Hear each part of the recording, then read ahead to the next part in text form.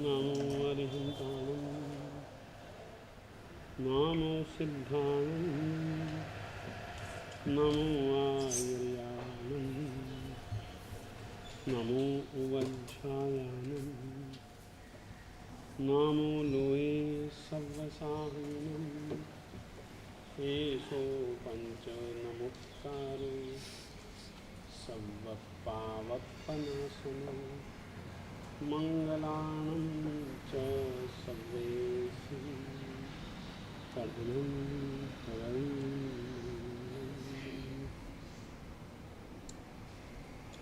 नामाकृति द्रव्यभावहि पुनतः स्त्रीजगज्जनं क्षेत्रे काले च सर्वस्मिन् अर्हतः सुनितः विश्वभव्यजनाराम तुल्या तुल्या जयन्तितः देशना समये वाचः श्रीसम्भवभगवत्पतिः कामठे धरणीन्द्रे च स्वोचितं कर्म कुर्वती प्रभुस्तुल्यमनोवृत्तिः पार्श्वनाथः श्रीष्णुः श्रीमते वीरनाथाय सनाथाय भूतश्रिया महानंद सरोराज महाराणाय पतिः ज्ञानामृतेन लोकानां कष्टोच्छेदविधायिने ऐदं वीराय नमो वल्लभसूरये अज्ञानतिमिरान्धानां ज्ञानाञ्जनशलाकया चक्षुरुन्मीलितं येन तस्मै सद्गुरुवे नमः तस्मै श्रीगुरुवे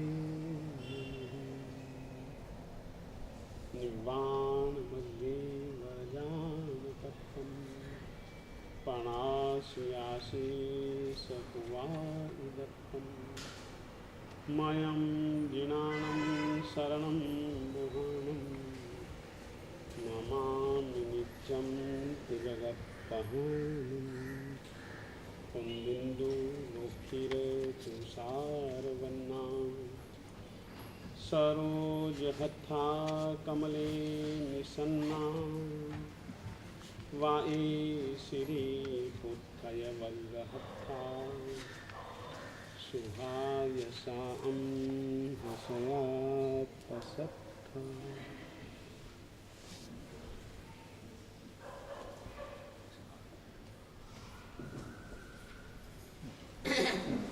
अपन लोग मोहनीय कर्म की लगभग चर्चा कर चुके हैं और आज से आयुष्य कर्म के विषय में विचार करना अपन लोग प्रारंभ करेंगे। आयुष्य कर्म एक ऐसा कर्म है जो कि प्रति समय भोगना पड़ता है। हर समय भोगना ही पड़ता है।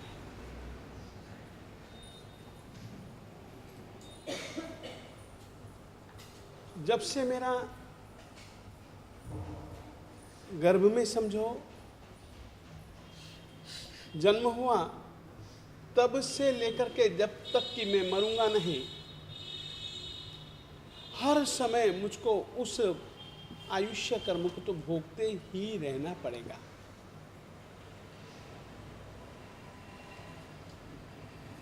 एक यह चीज होती है। दूसरी एक आयुष्य कर्म की यह भी परिभाषा होती है,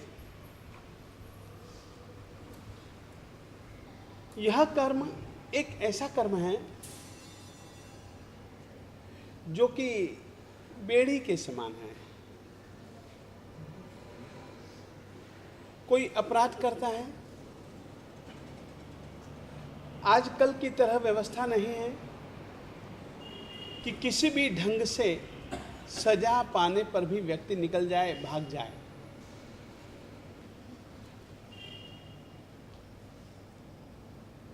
ये आयुष्य कर्म ऐसा है जैसे कि राजा सजा देता है, उसकी सजा को ध्यान में रखते हुए अमुक समय तक उसे निश्चित जेल खाने में रहना पड़ता है।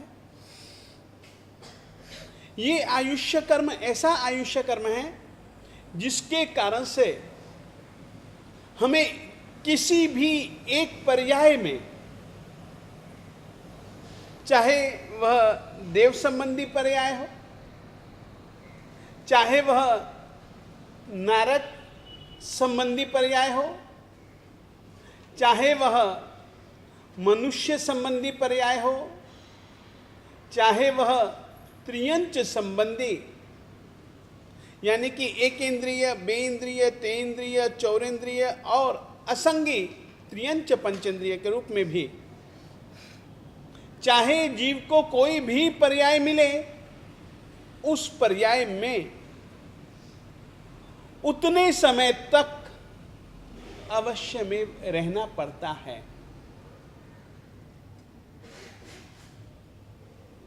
कोई भी उपाय नहीं है कि उसको वह पूरा न करे, अवश्य में वह पूरी करता है, करता ही है। आयुष्य एक दो प्रकार की होती है, एक अपवर्त्य और एक अनपवर्त्य। आयुष्य दो प्रकार की होती है। एक आयुष्य को हम अपवर्त्य आयुष्य कहते हैं, एक आयुष्य को हम अनपवर्त्य कहते हैं। अपवर्त्य आयुष्य वह कहलाती है कि किसी निमित्त के मिलने पर, किसी निमित्त के मिलने पर जो आयुष्य जल्दी जल्दी भोग ली जाती है, फिर से कहना चाहता हूं, अपवर्त्य आयुष्य जो कर्म, आयुष्य कर्म कुछ खास निमित्तों के मिल जाने पर समय से पहले भोग ली जाती है, वो आयुष्य अपवर्त्य आयुष्य कहलाती है। अनपवर्त्य आयुष्य कैसा भी निमित्त क्यों न मिले, जितने समय में भोगनी है उतने ही समय में भोगी जाए, ऐसी आयुष्य को उसके पहले जीव मरे ही नहीं, चाहे कैसे भी निमित्त मिल जाएं। ऐसी आयुष्य को जैन परंपरा में अनपवर्त्य आयुष्य कहा जाता है।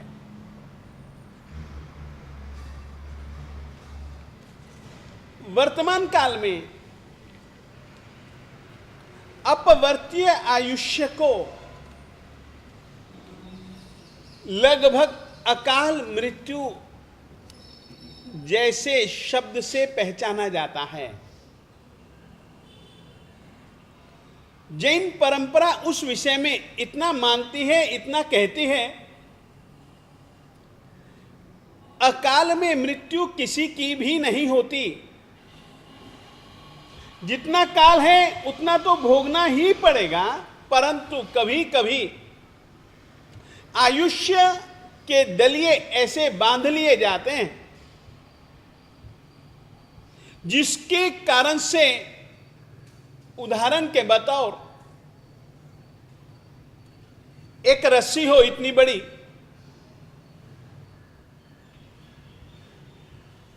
मुझे उसको जलाना है। उसको जलाने के दो ढंग होंगे, एक तो मैं यूं जलाऊं या यूं लाइन में डाल करके एक तरफ से मैं जलाऊं, धीरे धीरे धीरे धीरे जिस क्रम से उसको जलना है वो जलेगी। उसी रस्सी को जलाने का एक दूसरा ढंग भी होता है। इकट्ठा कर दो, मिट्टी का तेल डालो, माचिस लगाओ, जली तो रस्सी ही,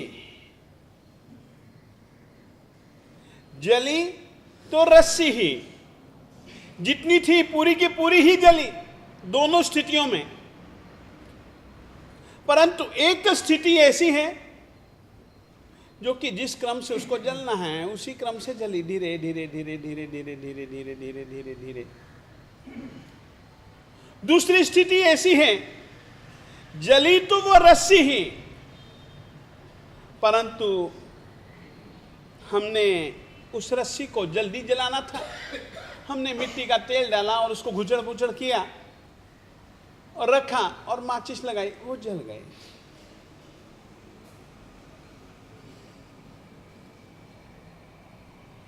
जो धीरे धीरे धीरे धीरे ही जलाई जाए या भोगी जाए,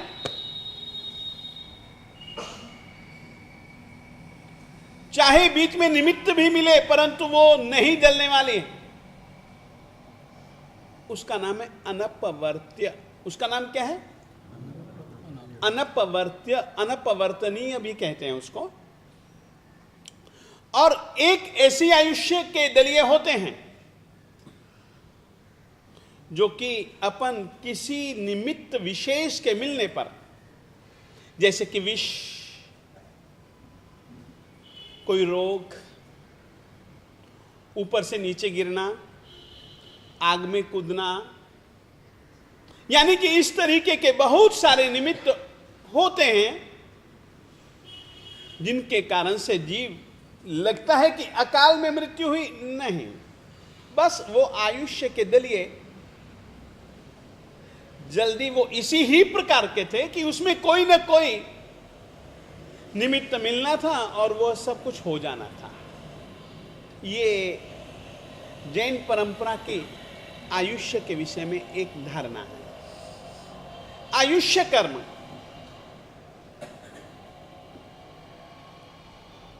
गति में भोगा जाता है।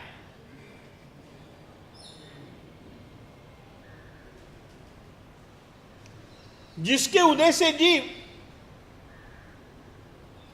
देव पर्याय में आयुष्य को भोगे, उसका नाम देवायु। देवता लोग चार निकाय के होते हैं, भवनपति, वाणव्यंतर, ज्योतिष्क और वैमानिक। फिर से कहना चाहता हूं, देवता लोग चार प्रकार के होते हैं, भवनपति, वाणव्यंतर, ज्योतिष्क और वैमानिक। इन चारों देव निकायों में जीव के द्वारा जो भोगी जाती है आयुष्य, उसका नाम है देव आयुष्य।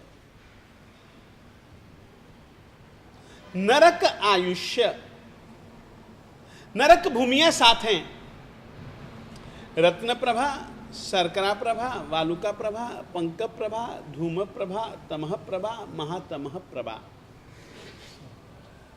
घम्मा, वंशा, सेला, अंजना, रिट्ठा, मघा, माघवई।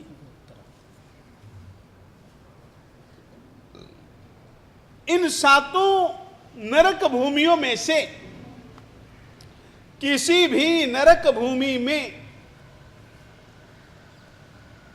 चाहते या ना चाहते हुए जीव को जो आयुष्य भोगनी पड़ती है, उस आयुष्य को हम नरक आयुष्य कहते हैं। मनुष्य आयुष्य, आयुष्य जघन्य भी होती है, आयुष्य उत्कृष्ट भी होती है। जघन्य आयुष्य यानी कि कम से कम कितने समय तक, उत्कृष्ट आयुष्य ज्यादा से ज्यादा कितने समय तक, कम से कम कितने समय में वह आयुष्य भोग ली जाएगी, उसको हम कहते हैं जघन्य आयुष्य। उत्कृष्ट आयुष्य ज्यादा से ज्यादा कितने समय में वह आयु भोगी जा सकती है, उस पर्याय में उसको हम कहते हैं उत्कृष्ट आयुष्य। उसको हम क्या कहते हैं? उत्कृष्ट आयुष्य, मनुष्य आयु। मनुष्य पर्याय में, पर्याय का मतलब है अवस्था।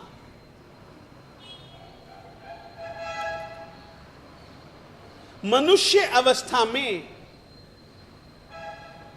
रह करके जो भोगी जाए, प्रति समय प्रति क्षण, ऐसा एक भी समय नहीं है जिस समय कि मैं इस समय मनुष्य आयुष्य न भोगता हूं। मनुष्य पर्याय में हूं, तो मनुष्य पर्याय में होने के कारण से मेरा मनुष्य आयुष्य का उदय है। और एक दूसरी बात,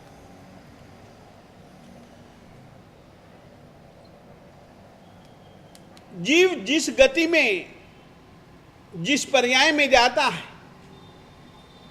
उस पर्याय में भोगे जाने वाले कर्मों को भोगा जाए, इसमें भी आयुष्य कर्म मददगार होता है।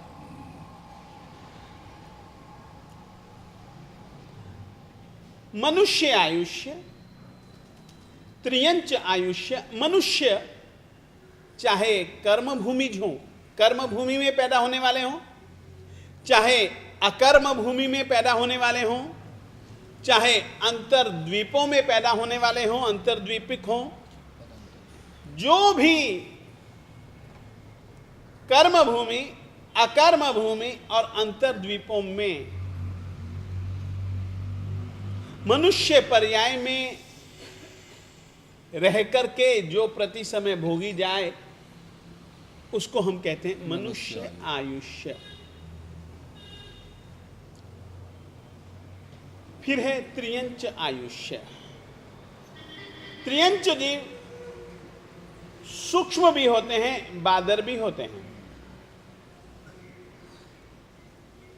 त्रियंच जीव एक इंद्रिय, बेइंद्रिय, तेइंद्रिय, चौरेंद्रिय, तो नियमा यानी कि निश्चित रूप से त्रियंच ही होते हैं।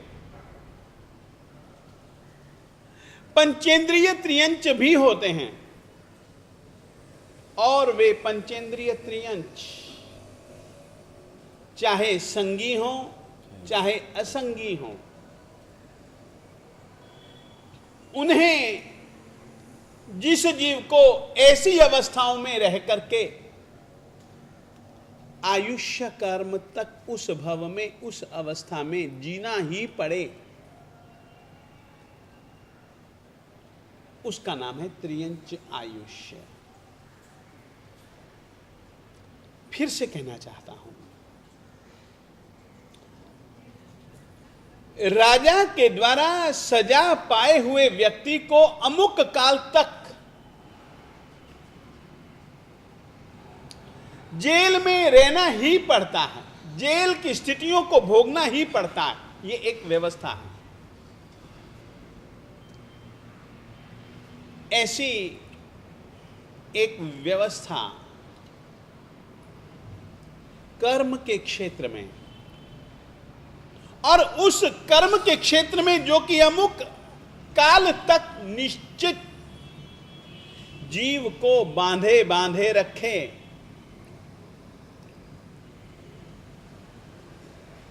उस दुनिया में उस सजा को देने वाला, दिलाने वाला जो कर्म है वह आयुष्य कर्म है। आयुष्य कर्म के विषय में बात समझ गए? दो प्रकार की आयुष्य भी समझ गए? लिखिए।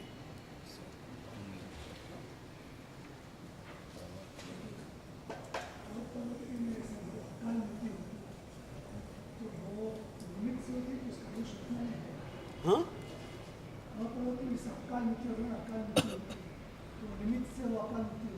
अकाल मृत्यु नहीं होती, मैंने ऐसा नहीं कहा।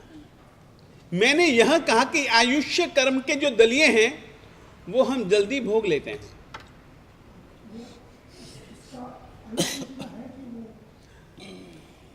भाविक, फिर से मैं कह देना चाहता हूं, आयुष्य कर्म दो प्रकार का होता है। एक आयुष्य कर्म अपवर्त्य कहलाता है, अपवर्तनीय कहलाता है। एक आयुष्य अनपवर्तनीय कहलाता है। अनपवर्तनीय आयुष्य युगलिकों का होता है, देवों का होता है, नारकियों का होता है, श्लाका पुरुषों का होता है, और भी ऐसे भी बहुत सारे जीव होते हैं जिनकी आयुष्य चरम भवी जो जीव होते हैं,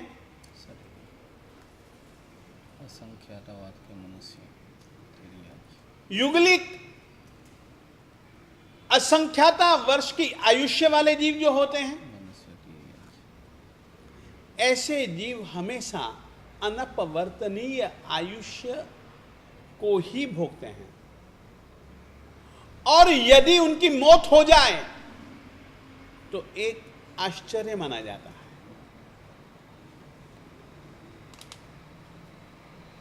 देवादिदेव परमात्मा श्री आदिनाथ स्वामी जी के समय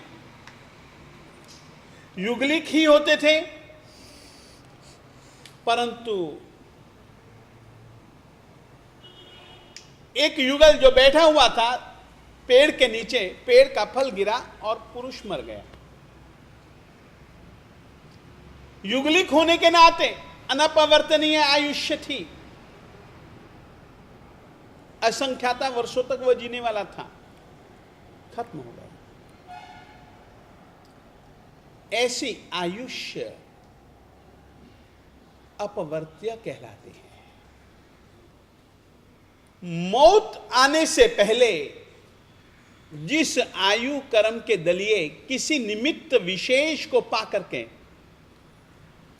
जल्दी से जल्दी खत्म कर दिए जा सकें,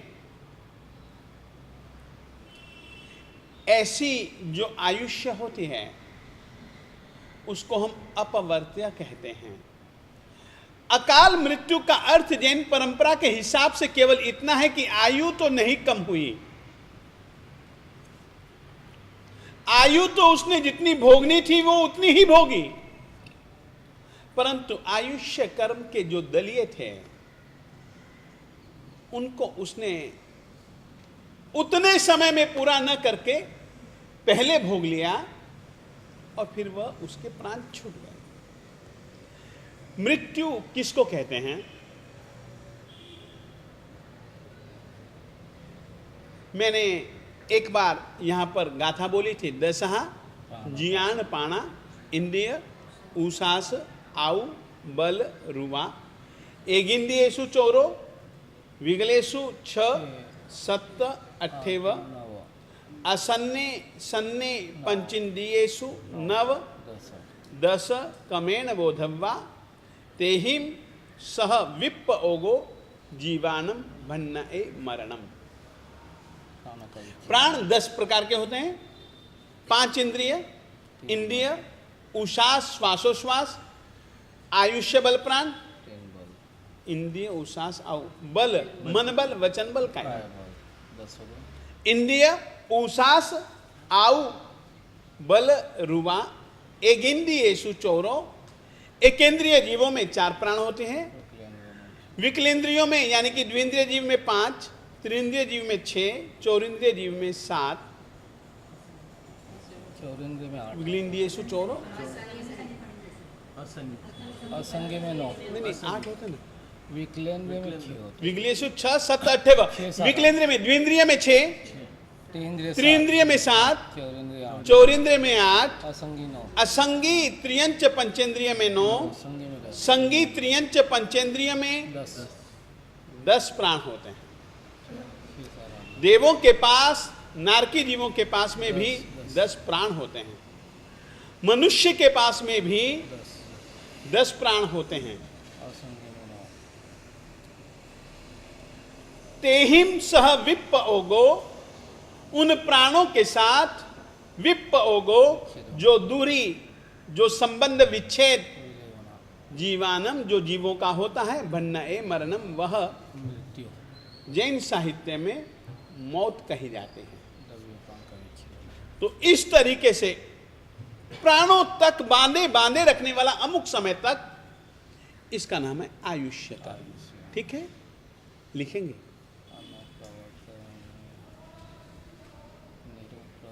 आयुष्य कहते हैं। आयुष्य कर्म, जो कर्म प्रति समय भोगा जाए।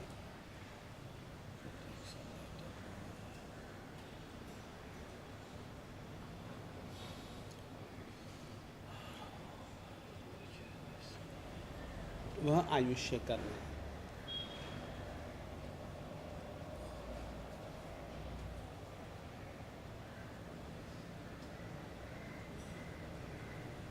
आयुष्य कर्म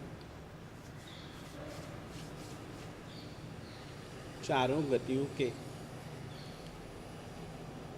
जीवों के द्वारा भोगा जाता है।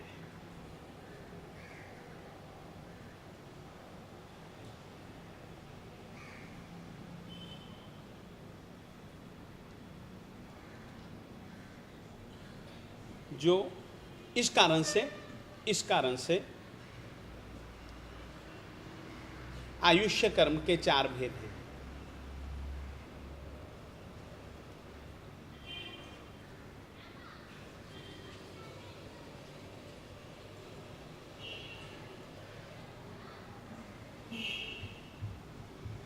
देव आयुष्य,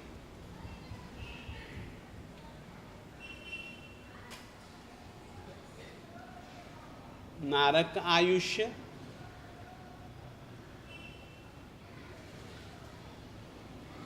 मनुष्य आयुष्य,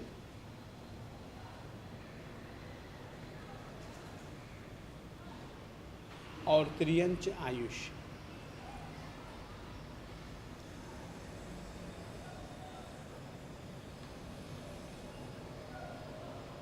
जो देव पर्याय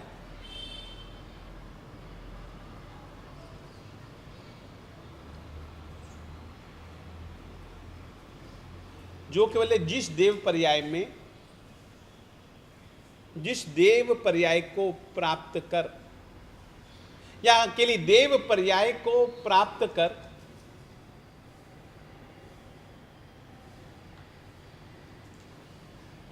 जो भोगी जाए आयुष्य, जो आयुष्य भोगी जाए,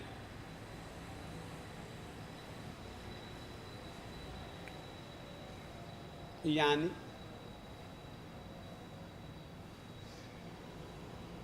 नियत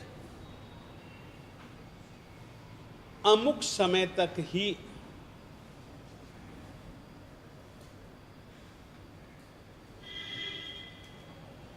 भोगी जाए।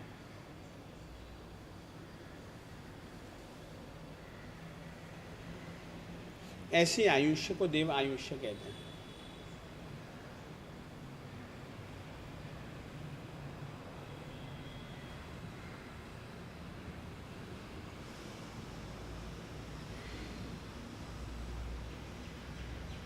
ऐसे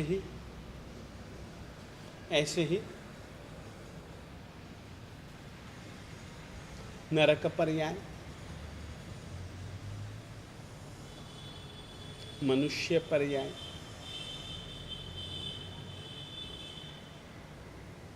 त्रियंच पर्याय में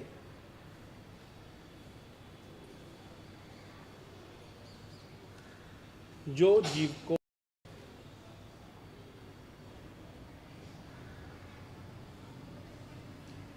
अमुक समय तक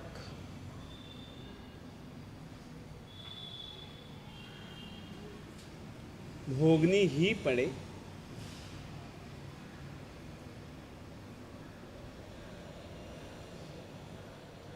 वह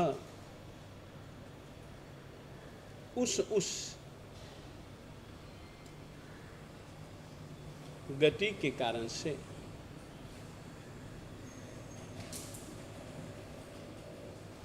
नरक आयुष्य,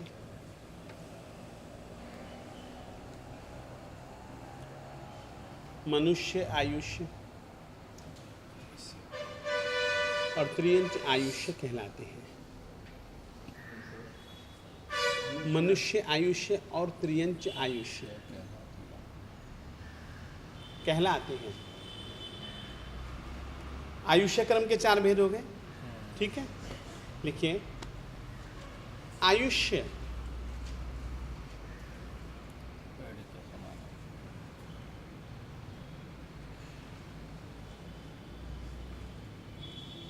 भोग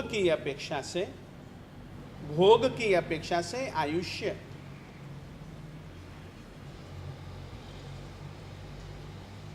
कर्म 2 प्रकार का है।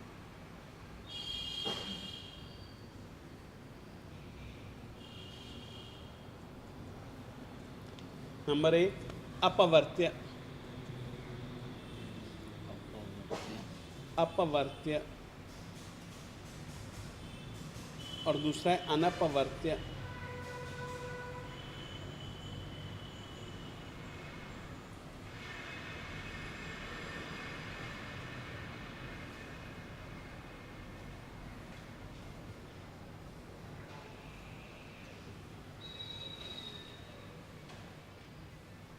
जिस आयुष्य कर्म के दलिए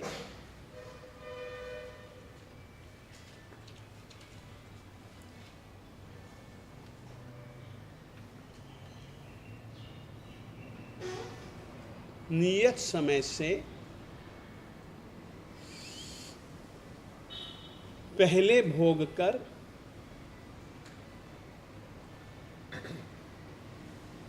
खत्म कर दिए जाएं,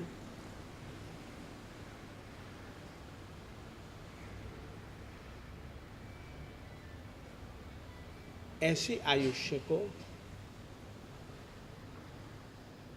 अपवर्त्य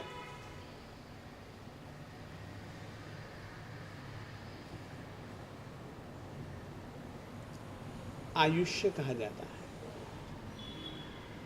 अब उसकी आयु 35 वर्ष ही है, तो नियत समय से पहले कैसे उसमें होगा? 35 वर्ष तक की है। आपने ये जो कहा, ये तो नियत हो गया। हाँ, वही तो फिर हाँ, नियत एक सेकंड, समय- हाँ मैं ये कह रहा हूँ ना, तो जो नियत है वो 35 वर्ष है, मगर वो जो मैंने आयुष्य बांधा है वो एक इस तरीके की बांधी है कि 10वें साल में मुझको एक ऐसी स्थिति पैदा हो जाएगी, या 20वें साल में जिस स्थिति में बांधी हो, कि उस समय निमित्त के मिलने पर मैं आयुष्य के जो 35 साल में मुझको भोगने हैं, जितने भोगे, अब जो शेष हैं उनको मैं तुरंत अंतर मुहूर्त काल में भोग लूँगा। 35 के मतलब 20 वर्ष में भी मर सकता है। हाँ जी, वो आयुष्य बांधी ही उस तरीके की है, मर नहीं सकता है, बांधी ही उसने उस तरीके की है। ये सुनिश्चित है। और यह एक निश्चित है कि इसने ऐसी बांधी है तो ऐसा हो जाएगा, निमित्त मिल जाएगा, मिस उसके साथ ऐसा होता ही है। समय से पहले वो आता ही है। हाँ, भोग ही लेता है।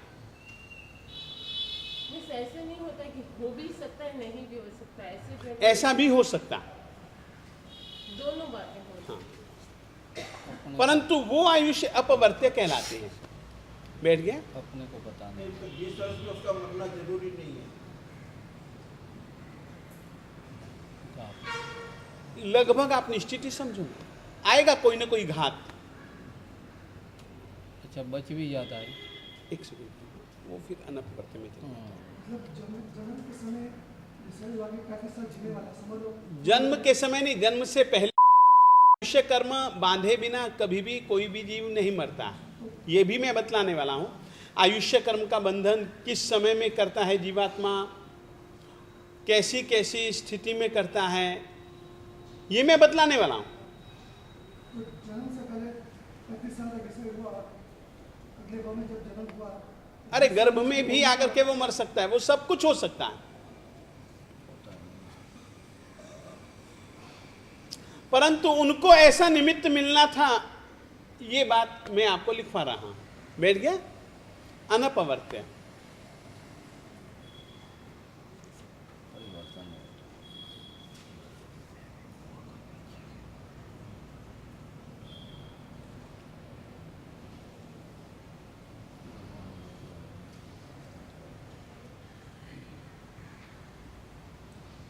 होता अमुक समय तक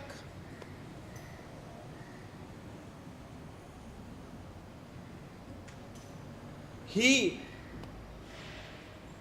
जीव को भोगने पड़े,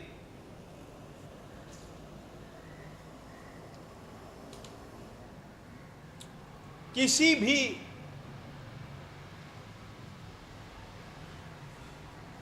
विशेष निमित्त को पाकर भी उनका कुछ भी नहीं होता।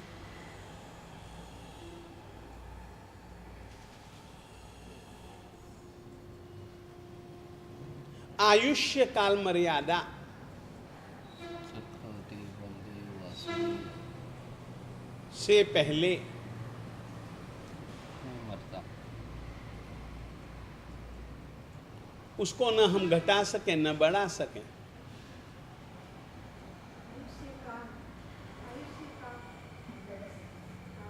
आयुष्य को वो भाषा की दृष्टि से आप लोग देख लीजिए, न घटा सके न बढ़ा सके, जितली खेतली की जाए। वैसी आयुष्य अनपवर्तनीय आयुष्य कहलाते हैं।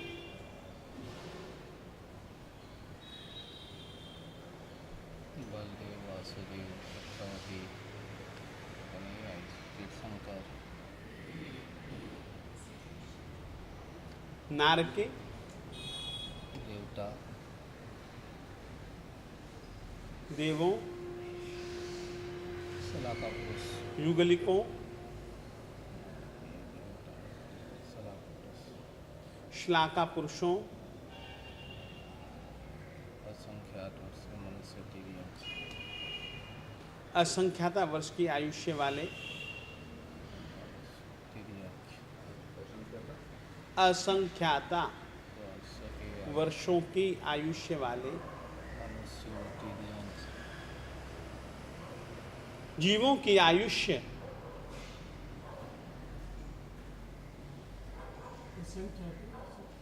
असंख्याता असंख्याता वर्षों की आयुष्य वाले मनुष्य तिर्यंश जीवों की आयुष्य अनपवर्तनीय, हाँ चरम शरीर, चरम शरीर तीर्थंकर परमात्मा, इसको निरुपक्रम भी कहते हैं।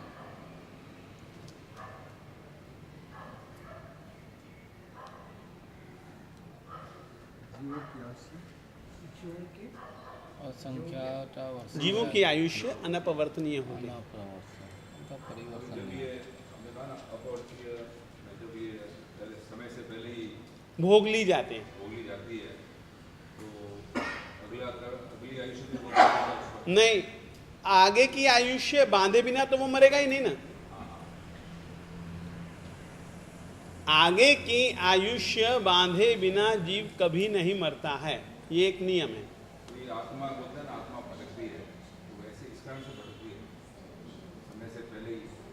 लगभग क्या होता है, लगभग आत्महत्या करने वालों की जो भाव स्थिति होती है अंतिम समय में, क्योंकि एक नियम है, जिस लेशा में जीव मरता है उसी लेशा में ही पैदा होता है।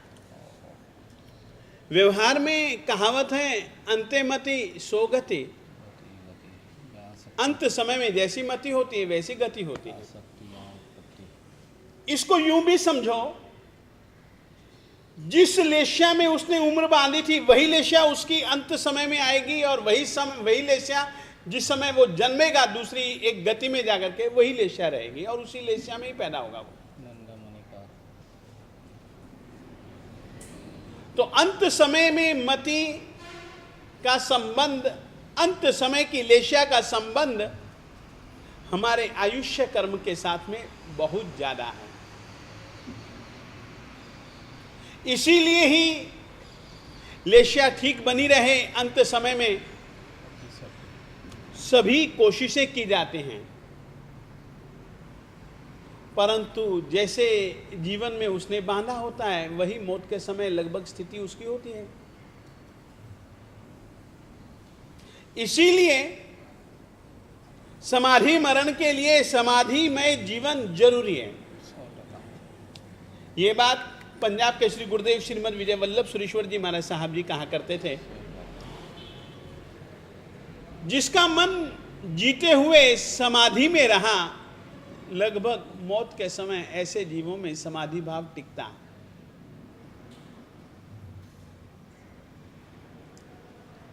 अन्यथा मुश्किल हो जाता है। सही बात है। इसीलिए जीवन को पहले से ही हमें सावचेती से गुजारना चाहिए, अपने मन के प्रति, अपनी वाणी के प्रति, अपनी काया के प्रति अत्यंत जागृति रहनी चाहिए कि हम ऐसी लेशिया में न जिएं, हम शांत बन करके जिएं, सहिष्णु बन करके जिएं, शमी दमी और क्षमी बन करके जिएं, तो जीवन में मौत के समय लगभग ऐसी स्थिति हो सकते हैं। समाधिकरण कर्म से मिलता है कि पुरुषार्थ से? कर्म जो बनते हैं वो एक प्रकार से तुम ये समझो, उसमें पुरुषार्थ की भी प्रमुखता है, उसमें पूर्व जीवन के बांधे हुए कर्मों की भी प्रमुखता है, उसमें जागृति की भी प्रमुखता है, उसमें अनुभव और विवेक भाव की भी आवश्यकता है। कुछ ऐसे मानसिक स्थितियां, मानसिक भाव इत्यादि का भी एक प्रमुख भाग रहता है। आदमी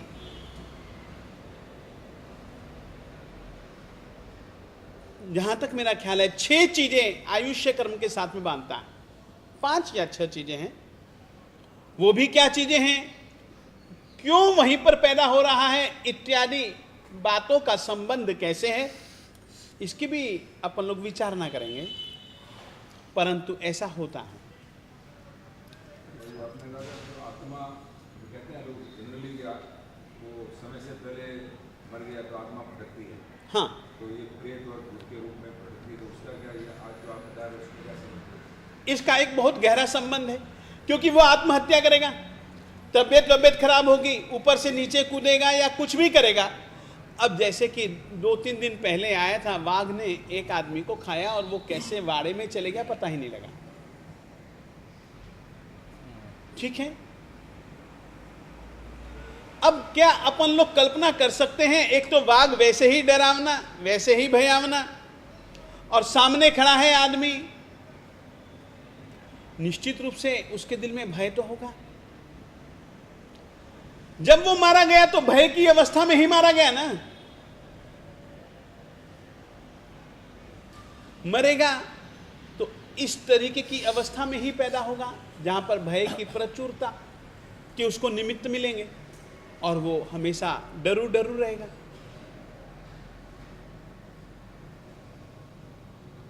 तो इस तरीके से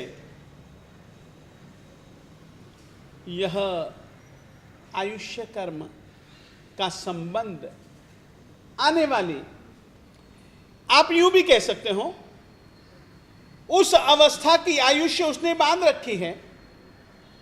भूत प्रेत पिशाच आदि की अवस्था उसने बांध रखी है कि उस पर्याय में जाना है। उस कारण से मौत के समय लगभग इस तरीके के निमित्त मिल जाते हैं या ऐसी भावदशा उसकी बन जाते हैं। एक्सीडेंट हो जाते हैं, आदमी तड़पता ही रह जाता है।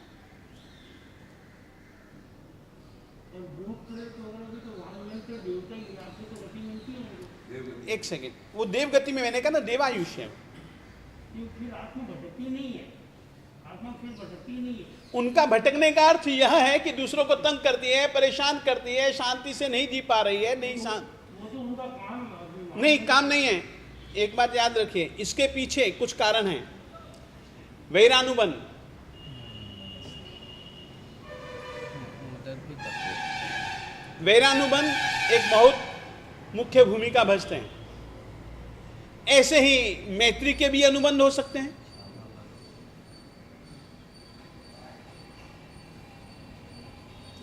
इसीलिए जीवन जीते समय हमें किसी से भी वैर का संबंध नहीं भोगना, वैर का संबंध नहीं बांधना, ये ध्यान रखना चाहिए। सही बात है। कमठ ने वैरानुबंध नहीं बांधा, बांधा। राजीमती के जीव ने क्या रागानुबंध नहीं बांधा? ये सब अनुबंधों की कहानी है। इसी कारण से कहा जाता है कि भैया वीतरागता पानी हो तो राग और द्वेष के संस्कारों को क्षीण करो। समझ पूर्वक राग और द्वेष के संस्कार क्षीण करने के लिए यदि कोई सबसे अच्छी पर्याय है तो वो मनुष्य भव की पर्याय है।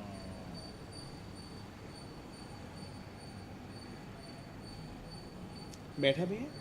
और ये जो ये बात और ये जो कल बताया ना किस्सा हुआ, जो किस्सा हुआ जू में, वो जो इंसान वहाँ बैठा है और बाघ उसको फेंक के उसको खा लिया, उसको कब कर दिया, वो पूर्व जन्म का ऐसा कर्मबंधन होगा, वेरानुबंध है, कर्मबंधन होगा। होगा होगा निश्चित होगा।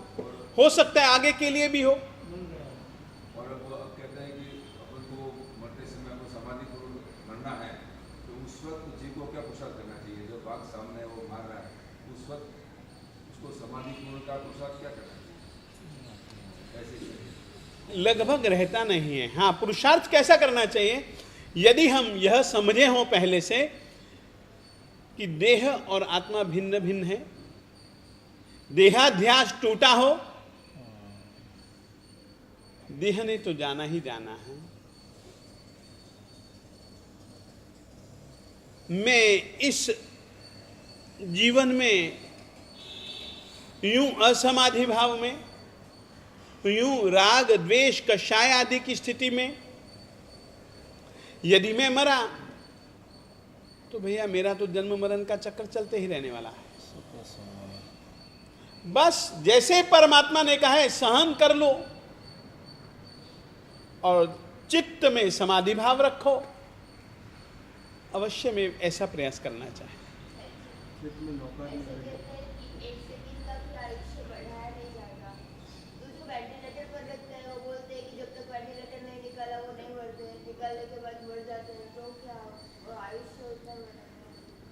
देखिए, आयुष्य को जो भोगा जाता है वो काल के साथ में भोगा जाता है। अमुक काल तक के लिए शब्द मैंने आप लोगों को बार बार लिखवाया है। मैंने 2-3 बार ये अमुक काल यानी कि निश्चित काल, ये शब्द भी मैंने आज आप लोगों को पहली बार लिखवाए हैं। और मैंने कहा कि आयुष्य का एक पल भी नहीं बढ़ाया जाता है, ये बात बिल्कुल सही है, परंतु उसको भोगा 2 तरीके से जाता है ना। बढ़ाना न उसमें है, न घटाना उसमें है, न बढ़ाना घटाना उसमें है। केवल जो भोगने की जो पद्धति होगी वो भिन्न है।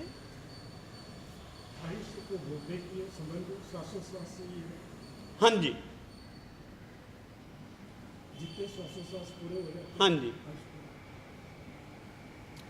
श्वासोच्छ्वास प्राण का आयुष्य बल प्राण के साथ में संबंध है।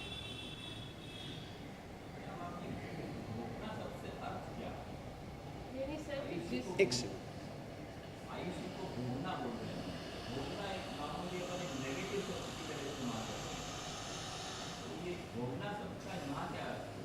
भोगना शब्द का अर्थ केवल इतना ही होता है कि आपको निश्चित रूप से उसका वेदन करना पड़े, आपको उसका अनुभव करना ही पड़े। हाँ, अनुभव। प्रति समय मैं मनुष्य अवस्था की आयुष्य भोग रहा हूं ना, प्रति समय भोग रहा हूं।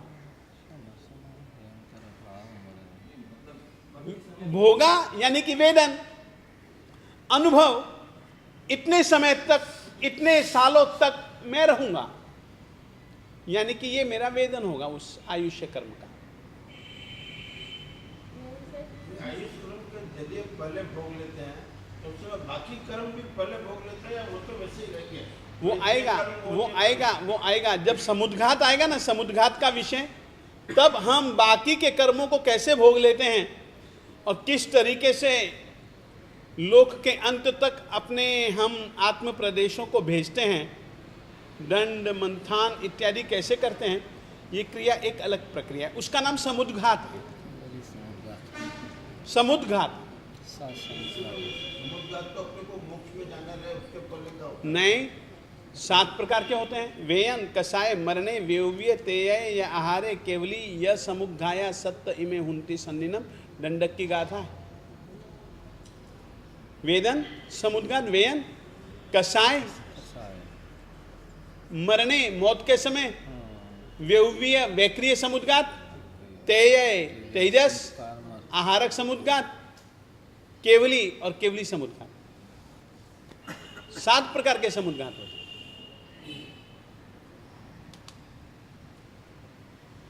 और कुछ हाँ, जिसमें काल के रूप से निश्चितता हो, वो अनपवर्तनीय है। हाँ, इतने भोगना ही इतने में पड़ेगा। निश्चित ही है। हाँ, और वो अनिश्चित है कि शायद अनिश्चित है वो। हो सकता और हो भी सकता है। और ये आपने अभी जो अपने का बात कर रहे थे, ये जो ये वेंकर देव की बात पता है ना, ये जो तंग करते हैं लोगों को, जैसे इसको लग गया, हो गया, इसके साथ में लग गया, तो ये सब उसकी दोनों का आपस में वैर के हिसाब से होता है। वैरानुबंध में कह रहा हूं ना, वैर के कारण से वैरानुबंध इसका मतलब जिस आत्मा के साथ वैरानुबंध है, उसी का वो अहित करेगा। बाकी किसी का अहित नहीं करता। उसके कारण से किसी दूसरे का अहित हो वो बात जुदा है, मगर वो करेगा तो उसी को ही लक्ष्य में बना करके करेगा। और तुमको मैं एक छोटी सी बात कहूँ, अन्यथा न लेना, मैं कहता हूँ, बंद कर। कम से कम और ज़्यादा से ज़्यादा के बीच की जो है वो मध्यम आयुष्य। जैसे कि कल्पना करो, कम से कम एक दिन, कल्पना करो, झूठी कल्पना दे रहा हूँ, ज़्यादा से ज़्यादा 100 साल। अब एक दिन और 100 साल के बीच में 10 दिन के भी आयुष्य हो सकता है, 15 दिन का भी हो सकता है, 15 साल का भी हो सकता है। एक दिन के ऊपर 15-20 मिनट भी हो सकते हैं, मगर एक दिन से कम नहीं होगा। वो जघन्य आयुष्य, एक निश्चित काल, और वो है अंतर्मुख। और उत्कृष्ट का भी एक माप है, और वो भी आरोह के हिसाब से भी है। पहले आरे में, दूसरे आरे में, तीसरे आरे में, चौथे आरे में, 5वें आरे में, 6ठे आरे में, ये सब मिलता है। एक सेकेंड,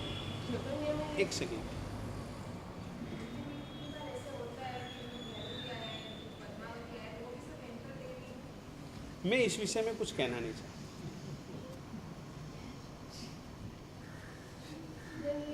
मैंने तो केवल ये कहा कि ऐसा कल्प सूत्र में आता है, ये बात बिल्कुल सही।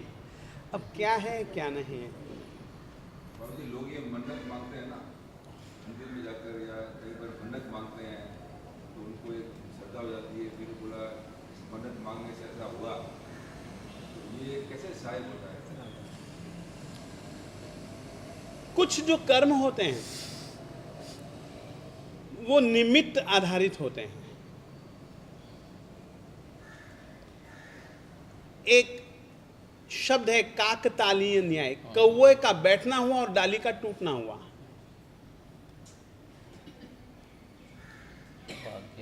कौवे का बैठना हुआ और डाली का टूटना हुआ, छीके का फूटना हुआ और बिल्ली का आना हुआ। कुछ चीजें ऐसी होती हैं कि अमुक अमुक निमित्तों को पा करके वो उदय में आते हैं। लेकिन बाबूजी वो मन्नत मांगना अपने हिसाब से तो मिथ्या प्रिय है। छोटी सी बात कहना चाहता हूं, आनंदगंज योगीराज जी ने, योगीराज श्री आनंदगंज जी महाराज साहब जी ने कहा है,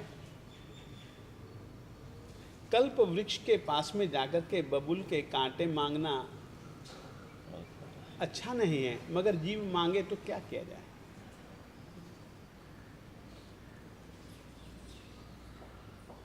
ये अज्ञानता, ये हम मूढ़ता जीवात्मा की है, मगर मालिक तो मालिक है। यह है क्योंकि मनुष्य की जीवन आयुष्य एक दिन की तो मिनिमम रहती ही है। नहीं, अंतर्मुहूर्त रहती है, जो समुचित मनुष्य आते हैं वो भी अंतर्मुहूर्त है। हाँ, सब आ जाते उसमें आ हैं। जाते हमारी भी ऐसी हो सकती है, ऐसा कोई जरूरी थोड़ी। गर्भवत जीवों की भी ऐसी हो सकती हैं। एक समय का भी होता है। मिले ऐसे क्या कर सकते हैं? जीव का उसको हक उसको मिले, तो उसने मांगा है, मंगत नहीं मांगा, ऐसे अपने जीवन में क्या कर सकते हैं? उसका अब ये सब क्या है, तरतमता है मन्नतों की। संगीत इवेंट्स जो बड़ा संगीत इवेंट पंचेंद्रिय उदाहरण में तो कौन सकते हैं, कौन सकते हैं? एक बार वापस बोलिए। संगीत इवेंट पंचेंद्रिय आपने सकते हैं, हाँ, कौन से उदाहरण में कौन से? हाथी, घोड़े, गाय, बैल। अब मेंढक होते हैं, वो दोनों प्रकार के होते हैं, संगी भी होते हैं, असंगी भी होते हैं। ऐसे बहुत सारे जीव हैं जो संगी भी पाए जा सकते हैं, असंगी भी पाए जा सकते हैं, ऐसे त्रियंच हैं। बाकी परमात्मा के सामने खड़े होते हैं तो अपना भाव क्या रखें? परमात्मा की जैसी स्थिति मुझको भी प्राप्त हो,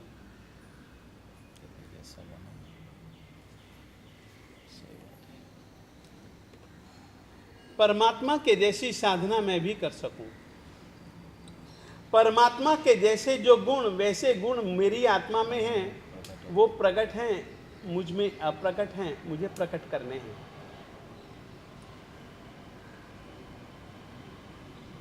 ऐसी भाव दशा हो तो बहुत अच्छी बात है। और ये मंदिर जाते हैं तो ये तो मिथ्यात्व है, कुछ मांगना जैसा मन में है कि मिथ्यात्व है ना। लेकिन कभी कभी क्या होता है कि जैसे कोई असमंजस स्थिति हो, कुछ ऐसी मन में विचार चलते हो, तो उस वक्त परमात्मा को समर्पण करना कि मैं सब ये आपको सौंपता, मैं तो नहीं, तो वो भी मिथ्यात्व है, परमात्मा को सौंपना। बात ऐसे है, व्यवहारिक दृष्टि एक अलग चीज है, और सचमुच में जो समकित होता है वो एकदम अलग तरीके का होता है। समकित की जो प्राप्ति होती है वे कर्मजन्य स्थिति है। कैसी स्थिति है? कर्मजन्य, अनंतानुबंधी चतुष्क, यानी अनंतानुबंधी क्रोध, अनंतानुबंधी मान, अनंतानुबंधी माया, अनंतानुबंधी लोभ, दर्शनत्रिक, सम्यक्त्व मोहनीय, मिश्र मोहनीय, मिथ्यात्व मोहनीय, इनके क्षय का या इनके उपशम का या इनके क्षयोपशम का। क्षय हो गया सातों का तो वो क्षायिक समकित।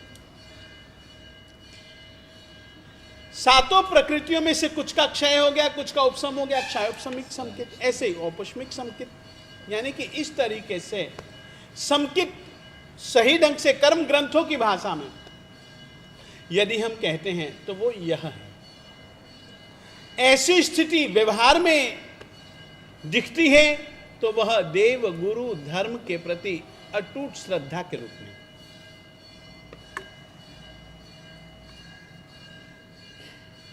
व्यवहार में उस ढंग की मनोतियां मानते हुए हमको देव गुरु धर्म के प्रति आस्था नहीं प्रतीत होती। ये भी बात सही है। नाग नाम का सारथी हुआ, उसकी पत्नी का नाम था सुलसा। सुलसा ना? उसकी पत्नी का नाम था सुलसा। सुलसा के संतान नहीं हो रही थी। सुलसा के संतान नहीं हो रही थी तो उसने अपने पतिदेव को कहा आप दूसरी स्त्री से शादी कर लें, दूसरी स्त्री से शादी कर लें। नहीं की सो नहीं की। मनोती मान लें, नहीं मानी सो नहीं मानी। और उसको संतान भी प्राप्त हुए। दूसरे ढंग से प्राप्त हुए।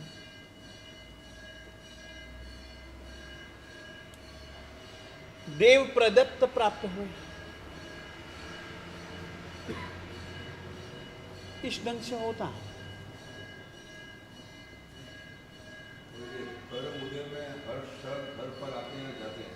हर पल आते भी हैं, जाते भी हैं, बंधते भी हैं। इसीलिए ये मानसिक स्थिति कभी लगता है कि मैं राजा बन गया, कभी लगता है कि मैं रंग बन गया, कभी कैसी परिस्थिति हो जाती है, कभी कैसे जाती है, जबकि होता कुछ नहीं।